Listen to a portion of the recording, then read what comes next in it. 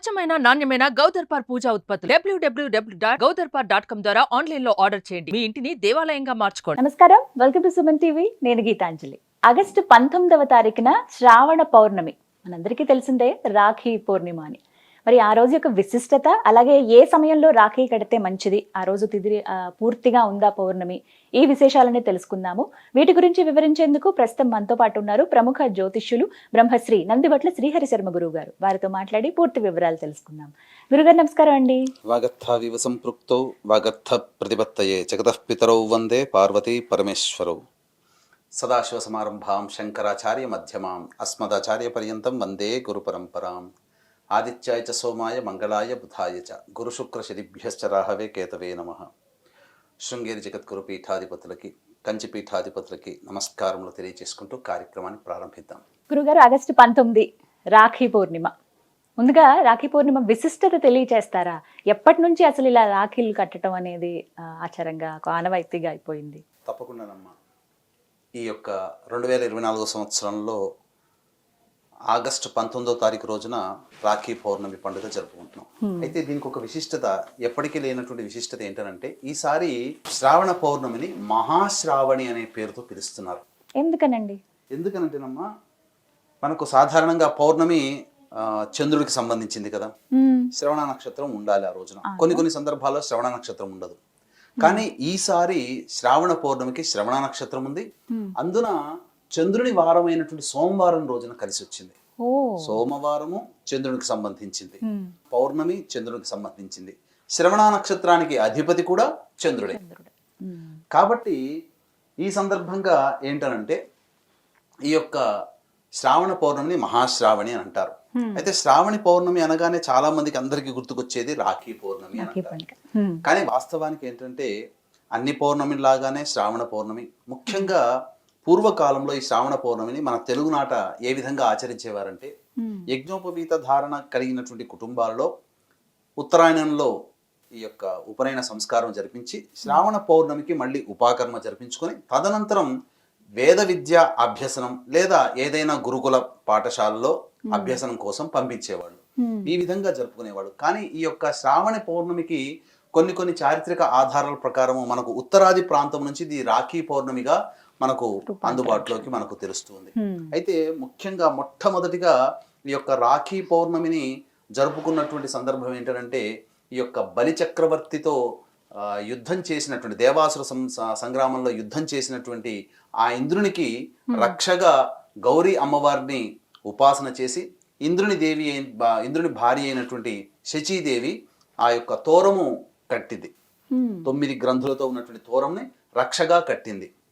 ఆ రోజు శ్రావణ పౌర్ణమి, శ్రావణ మాసంలో ఉన్నటువంటి పౌర్ణమి తిథి రోజున మొట్టమొదటి చారిత్రక ఆధారంగా. ఇక రెండవ ఆధారం గనక చూసుకున్నట్లయితే, బలి చక్రవర్తి గొప్ప విష్ణు భక్తుడు.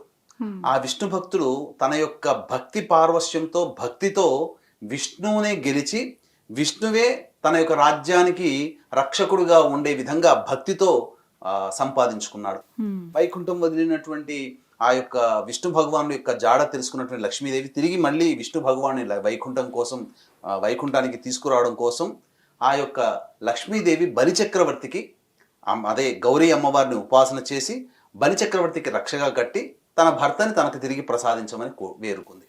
ఆ విధంగా బలిచక్రవర్తికి కట్టినటువంటి రక్ష కాబట్టి అప్పటి నుంచి ఆ యొక్క మంత్రము అనేటువంటిది వచ్చింది.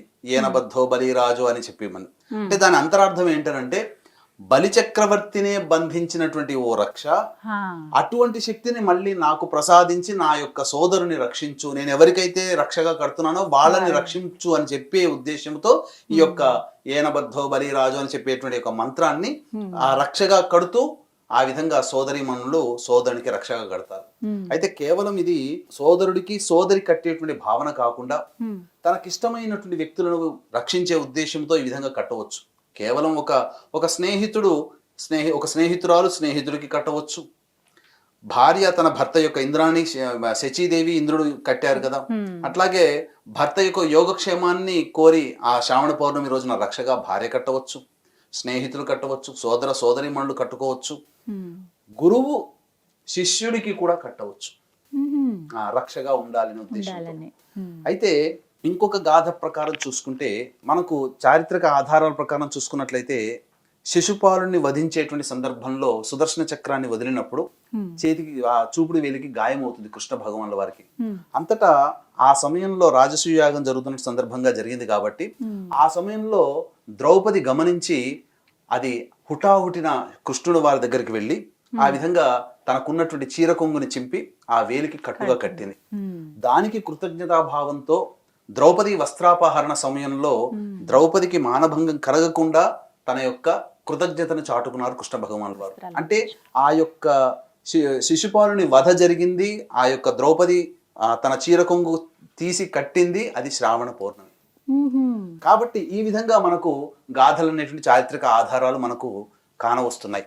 అయితే ముఖ్యంగా గమనించుకోవాల్సిన అంశం ఏంటంటే శ్రావణ పౌర్ణమి రోజున చాలా విశిష్టత. అంటే ముఖ్యంగా ఆ రోజున చేయవలసినటువంటి విధానం ఏంటంటేనమ్మా, శ్రావణ పౌర్ణమి రోజున ముఖ్యంగా గౌరీదేవిని ఆరాధన చేయాలి. ఏ స్త్రీ అయినా కానీ ఎవరైనా కానీ ఎవరికైతే రాఖీ కడతారో ఆ రాఖీ కట్టేటువంటి సందర్భంలో వాళ్ళకి ఆ దేవతా శక్తి రావాలనేటువంటి ఒక సదుద్దేశంతో శ్రావణ పౌర్ణమి మనకి ఏమైంది 19వ తారీఖు ఆగస్టు 2024వ తారీఖు నక్షత్రం శ్రవణ నక్షత్రం ఉదయం 8:08 వరకు ఉంది. కాబట్టి సూర్యోదయ పూర్వమే ఎవరికి రాఖీ కట్టాలని అనుకుంటారో ఆ రాఖీ కట్టే వాళ్ళు సూర్యోదయ పూర్వమే కాలకృత్యాదులన్నీ తీర్చుకొని ఆ యొక్క గౌరీ అమ్మవారు అంటే ఎవరండి, పార్వతీ అమ్మవారు, దుర్గా అమ్మవారు, ఆ అమ్మవారి పాదాల దగ్గర తాను రాఖీ కట్టదలిచినటువంటి వ్యక్తికి సంబంధించి మంచి జరగాలనే సదుద్దేశంతో 9 ముడులు కడిగినటువంటి తోరములు, ఆ విధంగా 3 తోరములు తీసుకోవాలి. తీసుకొని తమలపాకు మరియు వక్కలు, ఆ వక్కలు పెట్టి ఆ యొక్క తోరములు ఆ విధంగా అక్కడ పెట్టి ముందుగా గణపతి పూజ చేసుకొని గణపతి యొక్క అనుగ్రహం తీసుకొని తదనంతరం లలితా సహస్రనామం కానీ దుర్గా సహస్రనామం కానీ ఇంకా చెప్పాలి అని అంటే శివ సహస్రనామం ఏదైనా కానీ మీకు ఇష్టమైన దేవతా సహస్రనామాన్ని ఆ ముందు పారాయణం చేసి లేదా లలితా సహస్రనామం లలితా త్రిశతి పారాయణం ముమ్మార్లు చేసి ఆ విధంగా మనము పూజ ముగించుకోవాలి. అయితే దీనికంటూ కూడా ఒక సమయం ఉందమ్మా. అంటే ఏ సమయంలో చేయాలి అని అంటే ముఖ్యంగా వాడవలసినటువంటి ద్రవ్యములలో చూసుకుంటే బంగారు రాఖీ కానీ వెండి రాఖీ కానీ కట్టమన్నది. ఈ రోజు మనకు అనేక సందర్భాల్లో వస్తున్నాయి. అందరికీ బంగారం కట్టుకునే తాహత ఉండదు కదా, కనీసం వెండి రాఖీ కట్టగలిగేటువంటి తాహత ఉంటుంది ఎవరికైనా కానీ. ఈ రోజున 300-400 పెడితే వెండి రాఖీ వస్తుంది. వెండి రాఖీని కూడా ఆ పూజా సమయంలో పెట్టుకోవాలి. పెట్టుకున్న తర్వాత ఈ యొక్క రాఖీ కట్టే సమయం చాలా ప్రధానమైంది. వీక్షించేటువంటి ప్రేక్షకులు చాలా జాగ్రత్తగా గమనించండి. ఈసారి శ్రావణ పౌర్ణమి రాఖీ పౌర్ణమి చెప్పుకునే మనము చేసుకోవాల్సినటువంటి సమయం ఏముందనంటే భద్రాకరణం అనేటువంటిది ఉందమ్మా. అంటే ఆ సమయంలోనే కట్టాలంటారా? ఆ భద్రాకరణంలో ఉండగా ఎటువంటి శుభకార్యాలు చేయకూడదు. ఇక్కడ భద్రాకరణానికి సంబంధించి 2 గాథలు ఉన్నాయి. ఏంటంటే రావణాసురుని యొక్క సోదరి భద్ర, ఆ విధంగా ఆ రావణాసురుని యొక్క సోదరి శూర్పణఖ భద్రాకరణంలో ఉండగా రాఖీ కట్టింది కాబట్టే దేవాసుర సంగ్రామంలో రాముడి మీద ఓడిపోయాడు, రావణాసురుడు హతమయ్యాడు. ఎందుకంటే మనకు ఈ యొక్క దసరా నవరాత్రుల్లోనే కదా ఈ యొక్క యుద్ధం అని జరిగింది. మరి దసరా కంటే ముందే కదా శ్రావణం వచ్చేది. కాబట్టి శూర్పణఖ ఈ భద్రాకరణం ఉన్నటువంటి సమయంలో రాఖీ కట్టడం తత్ప్రభావం వల్లనే ఆ యొక్క రావణాసురుడు సంహరించబడ్డాడు రామరావణ సంగ్రామంలో అని చెప్పారు. భద్రాకరణం ఉన్నప్పుడు రాఖీ కట్టకూడదు. ఇంకొక విధంగా చెప్పాలి అని అంటే ఈ యొక్క భద్రాకరణం అనేటువంటిది శని యొక్క సోదరి, సూర్యుని యొక్క కుమారి. అంటే ఆ యొక్క భద్రకు ఉన్నటువంటి యొక్క వరప్రభావం వల్ల తాను ముల్లోకాలలో స్వేచ్ఛగా విహరించగలిగే శక్తి ఉంటుంది. అయితే ఏ సమయంలో ఎప్పుడు ఎక్కడ ఉంటుందో తెలియదు, కానీ ఎక్కడ ఉంటుందో ఆ యొక్క స్థలము కానీ ఆ సమయం కానీ చాలా దుష్ప్రభావాలు ఉంటాయి. కాబట్టి ప్రజలందరూ కూడా పీడింపబడతారని చెప్పి బ్రహ్మ ఒక సమయాన్ని కేటాయించాడు. నువ్వు ఈ సమయంలో భూలోకంలో ఉండు అని చెప్పి కరణంలో చోటిచ్చాడు. ఆ విధంగా భద్రాకరణం ఉన్నప్పుడు ఎవరైతే శుభకార్యాలు చేస్తారో ఆ శుభకార్యాలన్నీ కూడాను నిష్ఫలమైపోతాయి. మరి శ్రావణ పౌర్ణమి రోజున శుభకార్యం అంటే ఏంటి? సోదరుడికి సోదరి మంచి చక్కగా జీవితాంతం అండగా ఉండాలనే ఉద్దేశంతో సోదరి కడుతుంది. అట్లాగే సోదరుడి యొక్క యోగక్షేమం కూడా దీంట్లో ఆధారపడి ఉంటుంది. కాబట్టి భద్రాకరణం ఉన్నటువంటి సమయంలో ఈ యొక్క రాఖీ కట్టకూడదు. భద్రాకరణం ఎప్పుడుంది? 19వ తారీఖు రాఖీ పౌర్ణమి రోజున మధ్యాహ్నం 1:28 వరకు ఉంది. కాబట్టి ఆ యొక్క 1:28 వరకు కూడా రాఖీ కట్టడానికి అవకాశం లేదు. దుర్ముహూర్తము మధ్యాహ్నం 12:45 నుంచి 1:35 వరకు, తిరిగి మధ్యాహ్నం 3:15 నుంచి 4:05 సాయంత్రం వరకు దుర్ముహూర్తం ఉంది. వర్జ్యం కూడా ఉదయం 11:44 నుంచి మధ్యాహ్నం 1:11 వరకు వర్జ్యం ఉంది. కాబట్టి భద్రాకరణం మధ్యాహ్నం 1:28 వరకు. కాబట్టి ఎటు చూసుకున్నా భద్రాకరణంలో రాఖీ కట్టకూడదు. కాబట్టి 1:28 వరకు పనికిరాదు. ఆ రోజు మధ్యాహ్నం వరకు కూడా పనికిరాదు. ఇక వర్జ్యం దుర్ముహూర్తం లేని సమయంలో మనం చూసుకొని రాఖీ కట్టాలి. అయితే దీనికి ఒక విధానం కూడా ఉందమ్మా. మనకు శాస్త్ర ప్రకారం చెప్పబడి ఉంది ఏంటంటే, మనం ఇంతకుముందు పూజ చేశాం కదా, తమలపాకులు, ఒక్కలు ఇవన్నీ కూడా 2 ఒక్కలు తీసుకొని ఏ వ్యక్తికి అయితే రాఖీ కట్టాలనుకుంటా ఆ వ్యక్తిని ఇంటికి ఆహ్వానం చేయాలి. సోదరుడైనా కానీ, స్నేహితుడైనా కానీ, లేదా భర్త ఎలాగో ఇంట్లోనే ఉంటారు, లేదా ఏ వ్యక్తికైనా కానీ ఇచ్చినప్పుడు చక్కగా వారికి ఇష్టమైనటువంటి వంటకాలు చక్కగా ప్రీతికరముగా చేసి భోజనం అయిన తర్వాత అప్పుడు ఈ సమయంలో రాఖీ కట్టాలమ్మా. ఏ సమయం అని అన్ని మనం అన్ని చూసుకొని మొత్తం మనం ఫిల్టర్ చేసుకుంటే మనకున్నటువంటిది ఏంటంటే, ఆ రోజున చంద్రహోర మధ్యాహ్నం 1:03 నుంచి 2:03 వరకు ఉంది. కాబట్టి 1:25 వరకు ఈ యొక్క భద్రాకరణం ఉంది. కాబట్టి 1:30 నుంచి 2:03 వరకు ఉన్నటువంటి సమయము చంద్రహోర కూడా ఉంటుంది. పైగా శ్రావణ పౌర్ణమి తిథి కూడా ఉంటుంది. కాబట్టి చంద్రహోరలో కనుక కట్టినట్లయితే ఆ వ్యక్తికి శుభం చేకూరుతుంది. మధ్యాహ్నం 1:30 నుంచి 2:03 వరకు. లేదు, గురుహోర మధ్యాహ్నం 3:03 నుంచి 4:03 వరకు ఉంది. కాబట్టి దుర్ముహూర్తం 3:15 ప్రారంభమవుతుంది. కాబట్టి 3:05 నుంచి 3:15 లోపల గురుహోర ఉంటుంది. ఆ సమయానికి చూసుకుంటే కనుక గురుహోర కూడా మంచిదే, శుభప్రదం. అయితే 1:03 నుంచి 2:03 మధ్యకాలంలో 1:30 వరకు భద్రాకరణం ఉంది. కాబట్టి 1:30 నుంచి 2:03 కాలంలో వృశ్చిక లగ్నం ఉంటుంది. లగ్నాన్ని శుభుడైనటువంటి గురువు చూస్తుంటాడు. అలాగే స్థిర లగ్నం కూడా అది. కాబట్టి ఇక ఆ సమయం దాటింది అని అంటే 3:05 నుంచి 3:15 మధ్యకాలంలో ఉండే లగ్నము ధనుర్లగ్నం అయింది. కాబట్టి వీక్షించేటువంటి ప్రేక్షకులు ఈ యొక్క సమయంలో అనగా 1:30 నుంచి 2:03 మధ్య కాలంలో రాఖీ కట్టినట్లయితే చంద్రహోరలో కట్టిన వాళ్ళు అవుతారు. స్థిర లగ్నమైనటువంటి వృశ్చిక లగ్నంలో కట్టినట్టు అవుతారు. లగ్నాధిపతి అయినటువంటి కుజుడు చూస్తున్నాడు లగ్నాన్ని, అలాగే గురువు కూడా చూస్తున్నాడు. ఆ సమయానికి లగ్నానికి అష్టమ శుద్ధి ఉందమ్మా. అన్ని ఏ మంచి పనులు చేసినా అష్టమ శుద్ధి ప్రధానంగా ఉండాలి. అష్టమ శుద్ధి లేకపోతే అది దాని యొక్క ఆయుష్, ఆ ముహూర్తం యొక్క ఆయుష్ తగ్గిపోతుంది. అందుకనే మనకు విజయనగర సంస్థాపన చేసే సమయంలో ఆ యొక్క ముహూర్త శుద్ధి సరైనటువంటి సమయంలో విద్యారణ్యుల వారు చెప్పినప్పటికీ తొందరపాటుతో ముందుగానే చేశారు. కాబట్టి 400 ఏళ్ళు మాత్రమే పరిపాలించగలిగారు విజయనగరం రాజుల వారు. లేకపోతే ఇప్పటికీ కూడా పరిపాలన సుస్థిరంగా ఉండేది. సరే, అది వేరే విషయం, పక్కకు పెట్టండి. ముఖ్యంగా సోదరి తన యొక్క సోదరునికి రాఖీ కట్టాల్సినటువంటి సమయం మాత్రం 1:30 నుంచి 2:03 మధ్య కాలంలో చంద్రహోర ఉంటుంది. పౌర్ణమి తిథి కూడా ఉంటుంది. కాబట్టి చాలా శుభప్రదమని చెప్పవచ్చు. అయితే విధానము ఏ విధంగా చేయాలి అనేటువంటిది మాత్రం తెలుసుకుందామమ్మా.